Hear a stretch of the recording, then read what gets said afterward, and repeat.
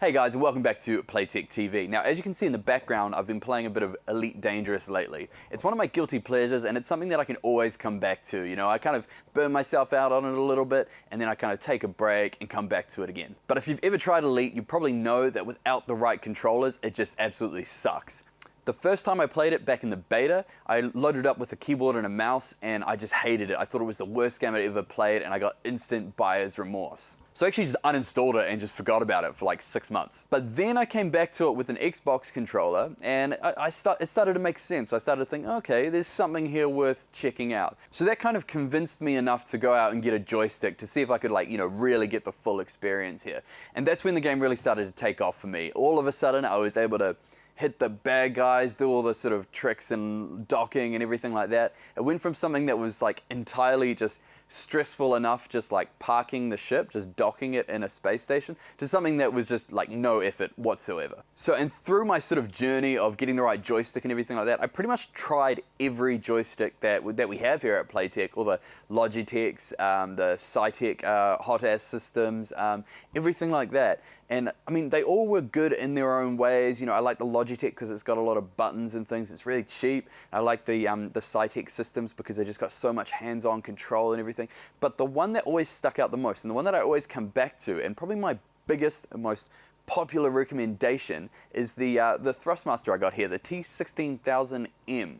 Now, there's a couple reasons for that, and the first one that people usually notice is that it feels really chunky and feels really well made. Like, a lot of the other ones feel real light and plasticky, whereas this one is plastic, but it's some kind of, like, you know, special ABS plastic or something like that. It's really firm and it doesn't feel cheap at all. So the other thing I really like about it is that it's got a Hall effect sensor in the actual joystick here. So instead of just having a digital connection of basically on and off when you're moving forwards, backwards, left and right, that basically gives you like 100% on, 100% off.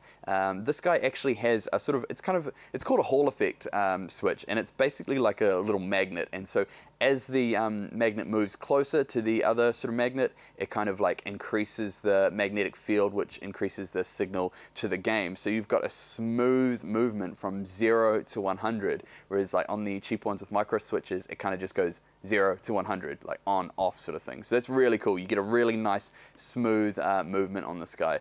It just makes the whole thing feel really comfortable and smooth when you're flying around in space there. So you've got 16 buttons here, so 12 on the base, 4 on the stick, and you've got your little hat switch and throttles there. Now, a question that people always ask is, why wouldn't you go for one of the HOTAS setups when you've got like all these switches and controls everywhere and everything like that? You've got dedicated controls for everything. And that is a valid question, because a lot of people do prefer to have like dedicated buttons and switches for everything. However, what I don't like doing is moving my hand too much. So I find that on a lot of the HOTAS controllers, you're sort of sitting there and you're kind of like moving around, and you actually have to move your hand quite a lot. Whereas what I actually like on this guy is that you kind of place your hand there in a standard position with your thumb on the throttle and your hand on the buttons. And so what you can actually do in Elite is you can assign modifier keys. So we can have the hat switch here with its 4 directions, controlling 4 different parameters there, so changing targets, things like that, whatever.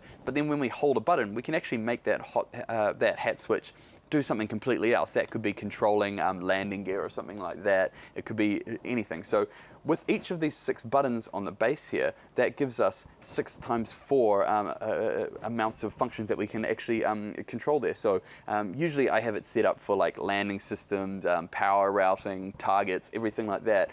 And I don't actually have to move my hand when I'm playing. Like, I just keep it straight there. And then I've just got my throttle up and down, and I'm flying around shooting stuff. What it comes down to at the end of the day is the full-on Cytec systems are amazing. They're great. Everybody loves them. But they cost, you know, what, 3-4 times what this guy's going to cost you? So if you're looking at getting into space games, sims and stuff like that, and you don't know which joystick to go for, I really, really recommend the Thrustmaster T-16000m here. It's done me really well, and I've actually chosen it on top of the other more high-end systems that we carry. And, you know, basically I have my pick in here. I can choose whatever I want, and I've chosen this one. It just fits nicely. I don't have to, like, you know, it's not a huge ordeal to pull it out and put it away. It's just a great all-around joystick there. And if you're looking for something, I would definitely encourage you to pick it up. That's all I've really got to say today, just a quick video making that recommendation. But holy crap, how cool does this look? This is my favorite kind of setup at the moment, with the 3 screens and portrait setup, running those off a single GTX 1080, and that's been handling Elite Dangerous no problem. So really cool setup there. I'm really impressed by that. It's got the full kind of like cockpit battle station thing going on. Other than that, I'm gonna have a play around, and I'll see you guys next time.